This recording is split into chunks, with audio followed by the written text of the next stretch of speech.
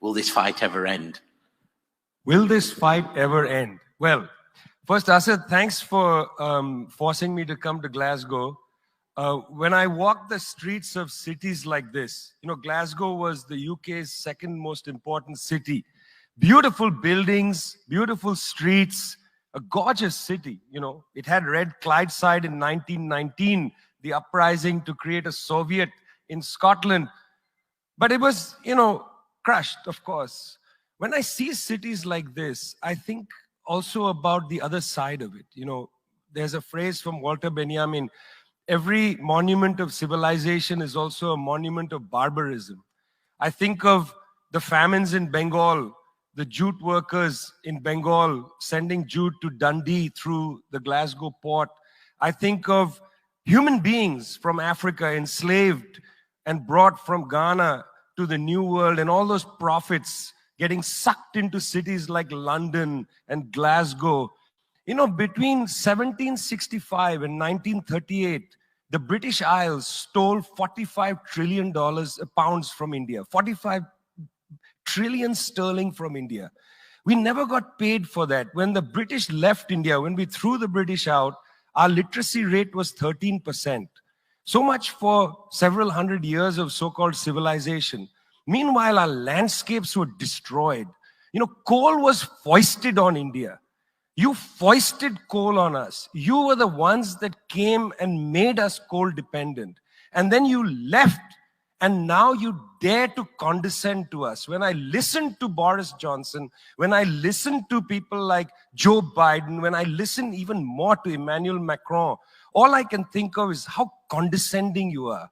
You condescended to us 400 years ago. You condescended to us 300 years ago. You condescended to us 200 years ago. You condescended to us 100 years ago. You're condescending to us today.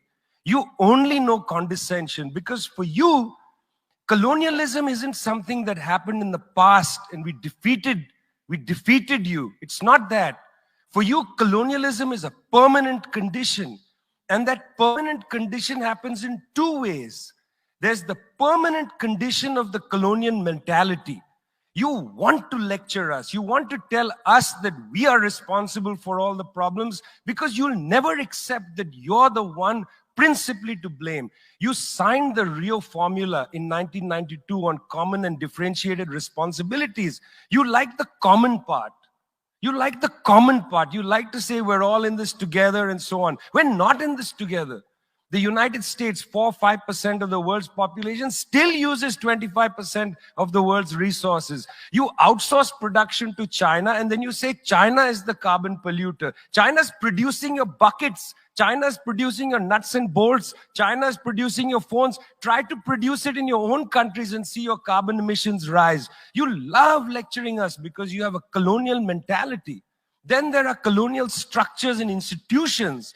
You lend us money, and every time you lend us money, which is our money, every time the International Monetary Fund comes to our societies and they tell us, here's the money we are giving you. No, it's our money. You give us our money back as debt, and then you lecture us about how we should live. It's extraordinary. It's not just a colonial mentality. It's a colonial structures and institutions which reproduce themselves year after year after year. And let me tell you something. The climate justice movement, not clued enough on this. Not clued enough on this. The climate justice movement is a movement that says we're worried about our future. What future? What future? Children in the African continent, in Asia, in Latin America, they don't have a future. They don't have a present. They're not worried about the future. They're worried about their present. Your slogan is, we're worried about the future. What future? That's a middle-class bourgeois Western slogan. You got to be worried about now.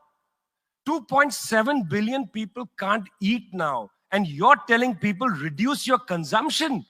How does this sound to a child who hasn't eaten in days?